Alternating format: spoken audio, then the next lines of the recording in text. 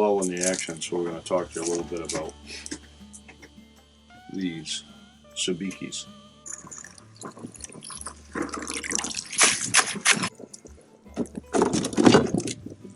As many times as I do Cusk videos and post pictures of Cusk, people keep asking me, what is a Cusk?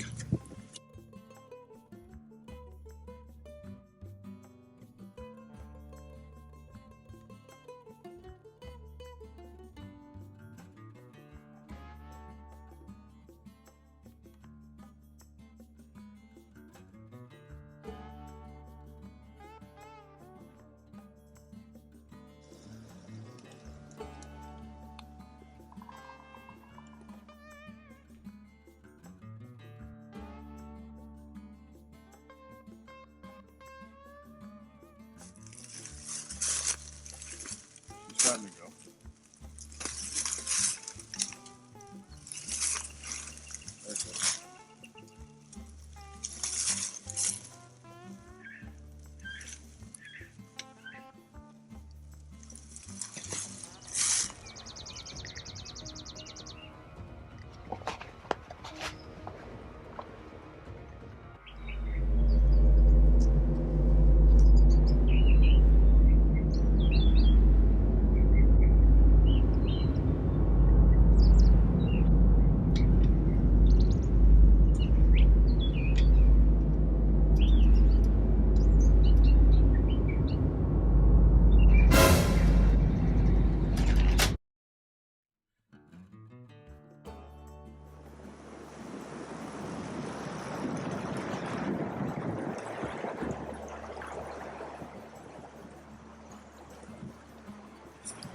Yes.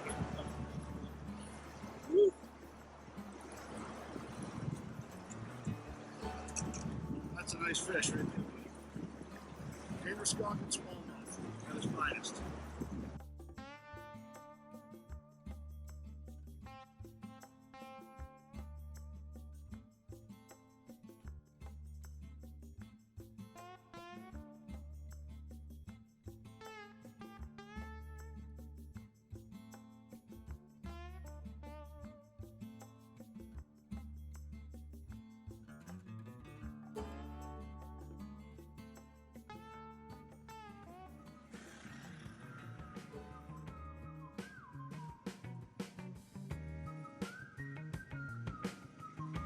It's a really, really, really good universal working machine.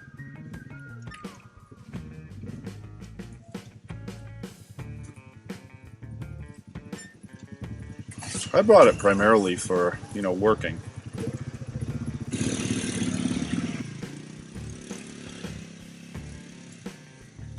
And I gotta say, I'm pretty impressed with it. It's a base machine. I mean, it's nothing fancy. I think the retail on it's about $8,900, which is pretty modest for what you pay for these things nowadays. I'll look like I'm taking notes. Hello and welcome to the Woodsman's Podcast, brought to you from the studios of Furnace Creek Productions. My name is Max Ledoux, and I'm the host of this podcast, but I am not the woodsman. The woodsman in question is Ed Butler, known as the Working Class Woodsman.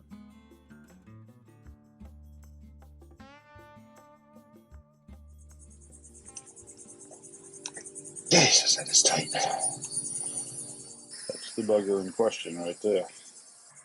As dry as a bone. New Delphi.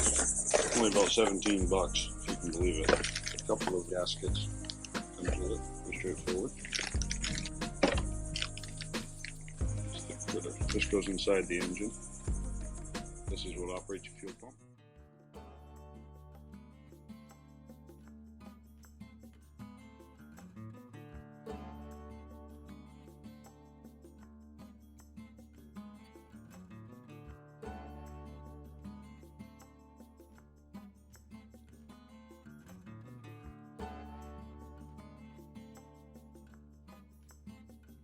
Hello and welcome to the Woodsman's Podcast for August. We do this podcast at least once a month, and it's for people who are interested in the outdoors.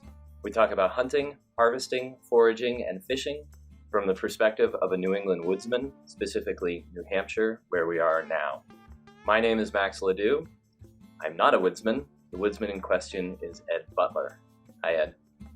Hello. And we're also lucky to have our first guest in studio, Marc Patterson. Hey, Marc. How you doing? It's good to be here. Thanks for coming. Hey, Yeah. Looking forward to having a fish fry. So, of course, I forgot to mention at the beginning that Marc is a registered Maine guide. True story. Yeah.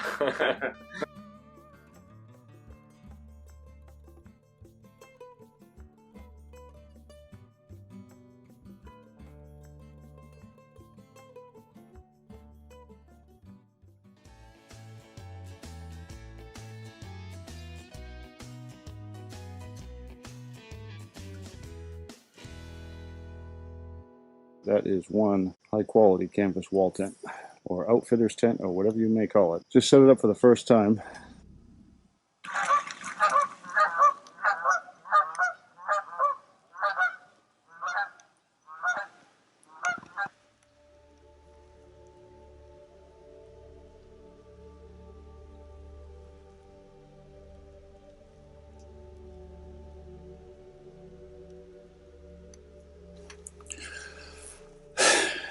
I just shot a three-legged bear. I don't know how I feel about that. And all of a sudden, that big old head come out around the corner, and I'm like, "Oh boy, this is the one." And it's like, "This is going out." Well, he was hobbling and having difficulty walking. So my first thought was, "Well, he's injured. Somebody else shot him. It's a wounded bear." It's like, "Oh my god." Oh yeah. Yeah, and so I got a big bear hobbling up to the barrel.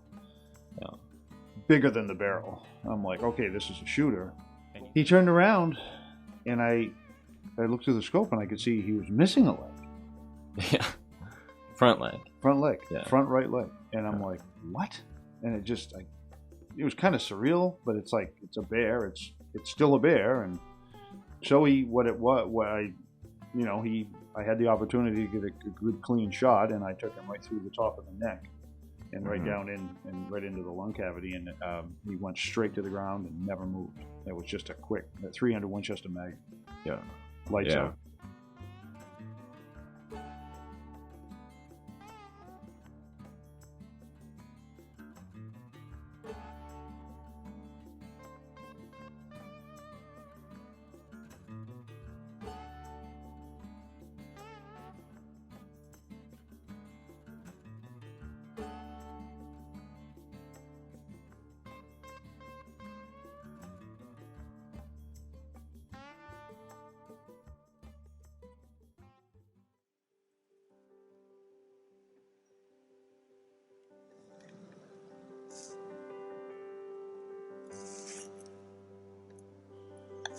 Well, here I am.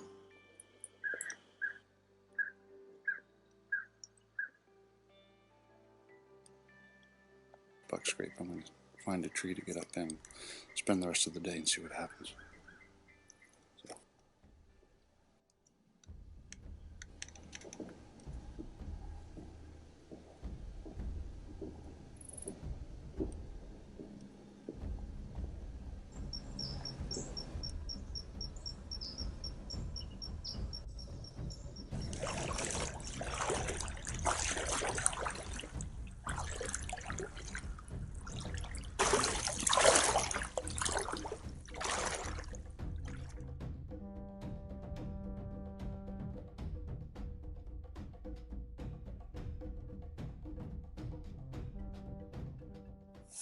Oh, what do we have here, Matt? So what we have here is what you would call a bear, North Carolina. Maybe this is a 5-point. Yeah. Stiffened up a little bit. Oh, yeah. Nice healthy deer.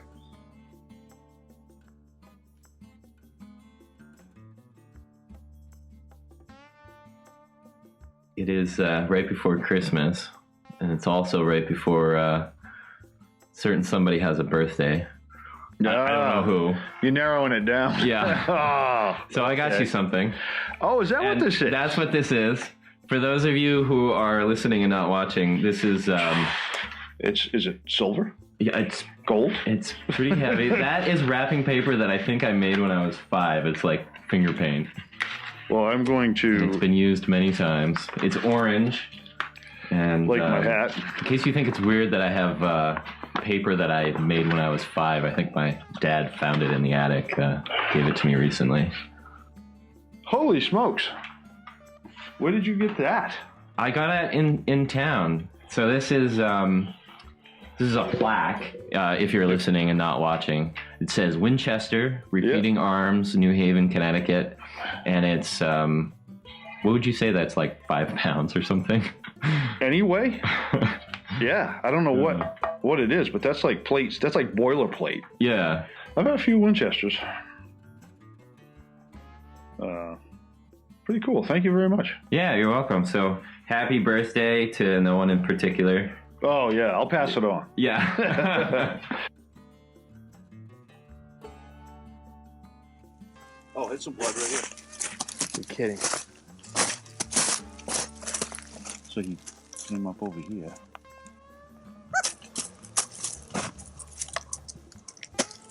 Jesus Christ, dude.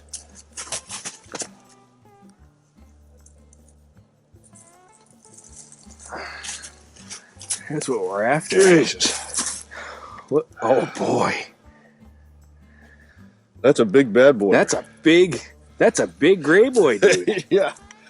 Look at him. That's a good size. I mean, that's a Holy. good squirrel.